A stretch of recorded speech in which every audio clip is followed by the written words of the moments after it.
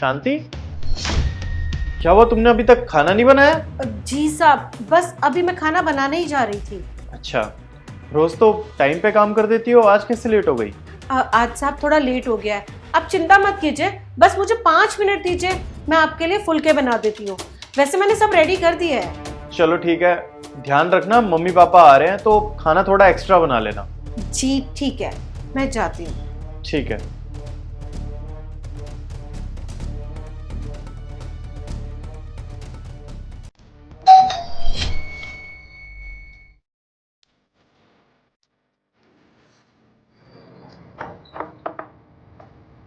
अरे भाई आ गया, आजा, मैं तेरा कब से इंतजार कर रहा था, आजा।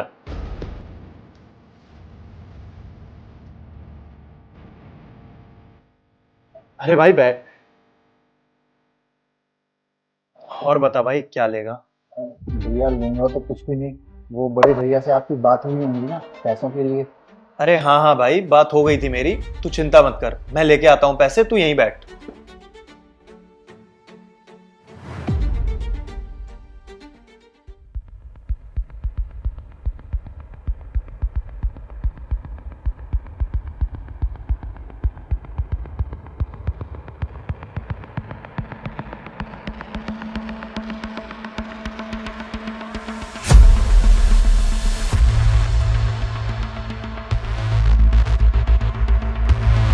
यार, ये पैसे कहाँ गए? यहीं तो रखे थे, मिल ही नहीं रहे। और मेरा नए वाला फोन भी नहीं मिल रहा, समझ में नहीं आ रहा है कहाँ गया।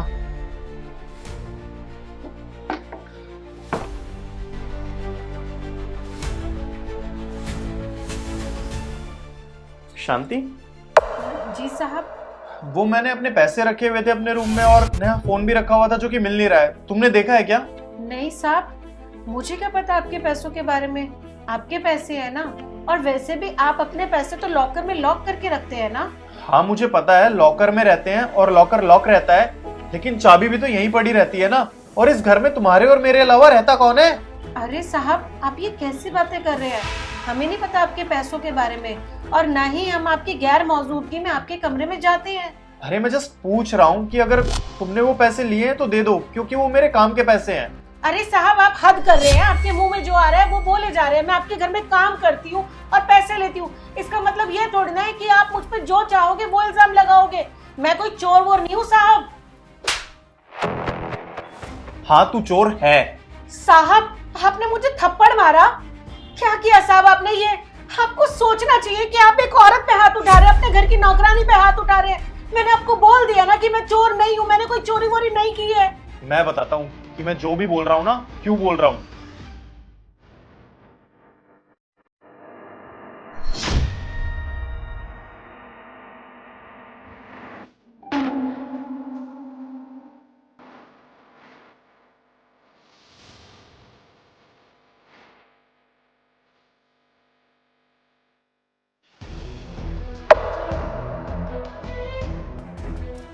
क्या सोच रही हो?